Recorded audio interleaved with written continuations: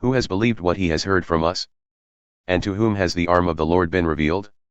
For he grew up before him like a young plant, and like a root out of dry ground.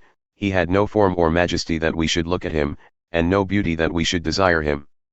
He was despised and rejected by men, a man of sorrows and acquainted with grief, and as one from whom men hide their faces he was despised, and we esteemed him not. Surely he has borne our griefs and carried our sorrows, yet we esteemed him stricken, smitten by God, and afflicted. But he was pierced for our transgressions, he was crushed for our iniquities, upon him was the chastisement that brought us peace, and with his wounds we are healed. All we like sheep have gone astray, we have turned, every one, to his own way, and the Lord has laid on him the iniquity of us all. He was oppressed, and he was afflicted, yet he opened not his mouth.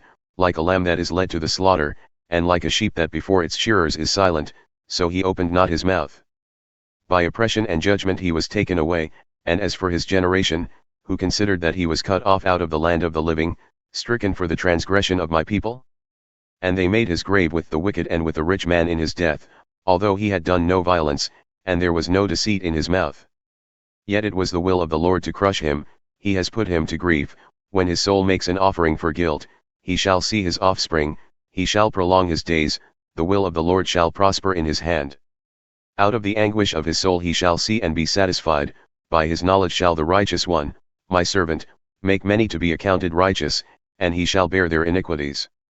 Therefore I will divide him a portion with the many, and he shall divide the spoil with the strong, because he poured out his soul to death and was numbered with the transgressors, yet he bore the sin of many, and makes intercession for the transgressors.